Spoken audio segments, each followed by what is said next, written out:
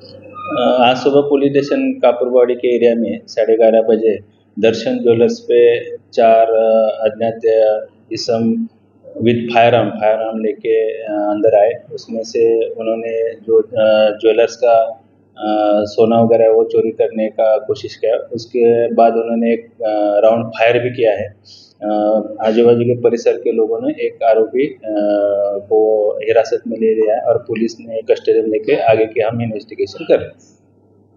Sir काय सांगाल बाळगून परिसरामध्ये फायरिंगची घटना समोर येते, काय सांगाल? पोलीस स्टेशन कापूरबावडीच्या हद्दीमध्ये आज रोजी 11:30 वाजता दर्शन ज्वेलर्स या दुकानात एक 4 इसमांनी दरोडा टाकण्याचा प्रयत्न केला। त्यामध्ये त्यांनी त्यांच्याकडे जे अग्निशस्त्र होतं, फायर आर्म होतं, त्यातून फायर देखील केलेला आहे। त्या अनुषंगानं तेथील जमावाने किंवा आजूबाजूच्या दुकानाच्या परिसरातील लोकांनी एक संशयित इसम ताब्यात घेतलेला आहे आणि त्या अनुषंगाने कापूरबावडी पोलीस स्टेशन इथं गुन्हा दाखल करण्याची प्रक्रिया सुरू आहे। इतर आरोपींचा शोध सुरू आहे।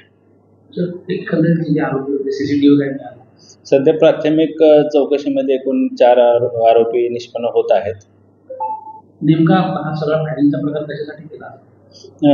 प्राथमिक चौकशीमध्ये हा दरोड्याचा प्रयत्न आहे। दरोडा टाकण्यासाठीच त्या उद्देशानंच हा प्रकार केल्याचं दिसून येतं।